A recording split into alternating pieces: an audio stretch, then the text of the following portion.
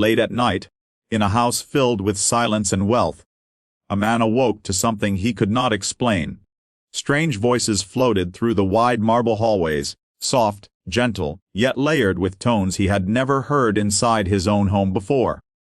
It wasn't the sound of a television, nor the echo of music. It was something alive, something deliberate.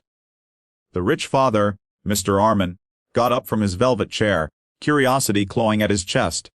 He walked toward the study where his son often spent evenings. The closer he moved, the clearer the voices became.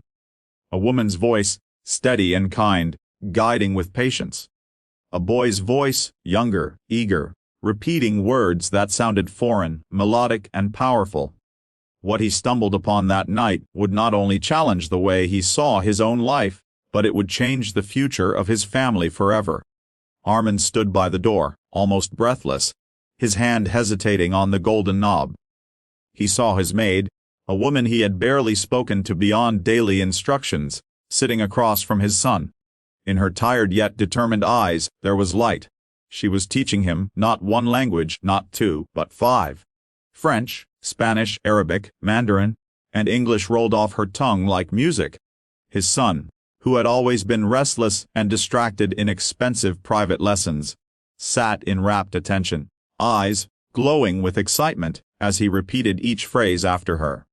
For the first time, Armin noticed something he had never cared to see: the quiet dignity of the woman who had worked under his roof for years, and the boundless potential in his son that money alone had never awakened.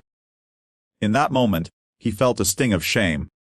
He had built a life surrounded by luxury, believing tutors with high fees and prestigious schools were the only path to greatness.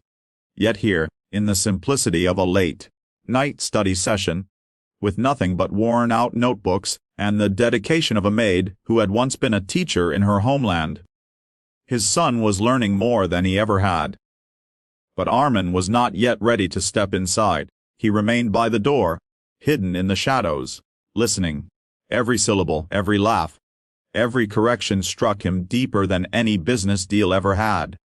It was as if fate itself was whispering to him, knowledge and kindness were treasures far greater than wealth. The following days turned into weeks.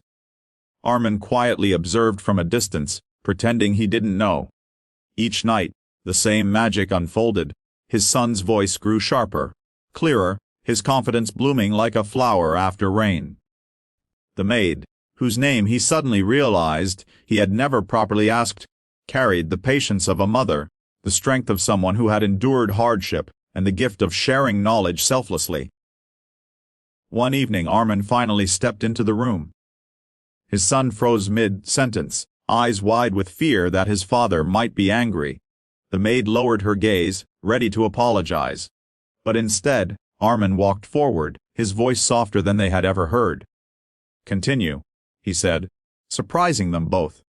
"I want to learn too." The silence that followed was heavy, almost surreal. Then the maid lifted her eyes, meeting his with disbelief, and his son's lips curled into a smile. From that night onward, the three of them gathered in the study. At first, awkwardness hung in the air, but slowly it gave way to warmth. Armin stumbled through new words, laughed at his mistakes, and found himself a student again, something he had never thought possible at his age. His son's pride grew seeing his father learn beside him, and the maid became more than just an employee. She became a teacher, a guide, and a quiet force that stitched their fractured home together with humility and respect. Months passed, and the boy's transformation became undeniable. At school he excelled in ways no one had expected. Teachers were astonished at his linguistic skills, his confidence in public speaking, his ability to connect with students of all backgrounds. Armin began to see life through new eyes, no longer measuring success by wealth or titles, but by the values his son carried. He realized that true richness lay not in what one owned, but in what one shared. One evening, as the family sat together, Armin finally spoke the words he had long held inside. "I thought money could buy my son's future," he admitted, his voice heavy with emotion. "But it was you?" He looked at the maid, who gave him the greatest gift. and it was my son's hunger to learn that opened my eyes. I am richer tonight than I have ever been." The maid's eyes welled with tears, not because of the praise, but because someone had finally seen her worth. The boy looked at his father and his teacher, his heart swelling with pride. In that simple moment, a family was reshaped, not by wealth, not by status, but by the power of humility, learning, and respect. And so, the story that began with strange voices in the dark ended with something far greater, with the sound of understanding, the rhythm of growth, and the harmony of a bond built on love and knowledge.